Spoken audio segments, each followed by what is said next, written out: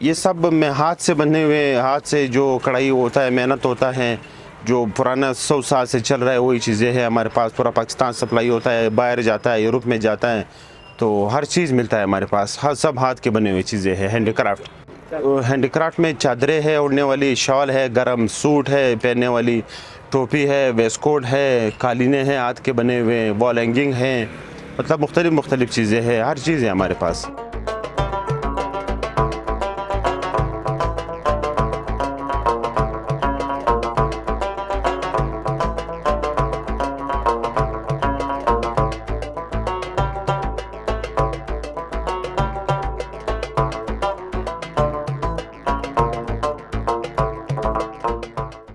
अगर एक कारीगर, दो कारीगर एक चादर पर बैठ जाता है, कोई और काम नहीं करे, तो कम से कम 15-20 दिन में एक चादर बनता है। बलूची में तुरबत का काम है, एक सूट उसमें 1 लाख का भी है, 50,000 का भी है, 20,000 का भी है, 30,000 का भी है, खारान में भी है, तो कलात का भी है। हर इलाके का अपना अपना काम है।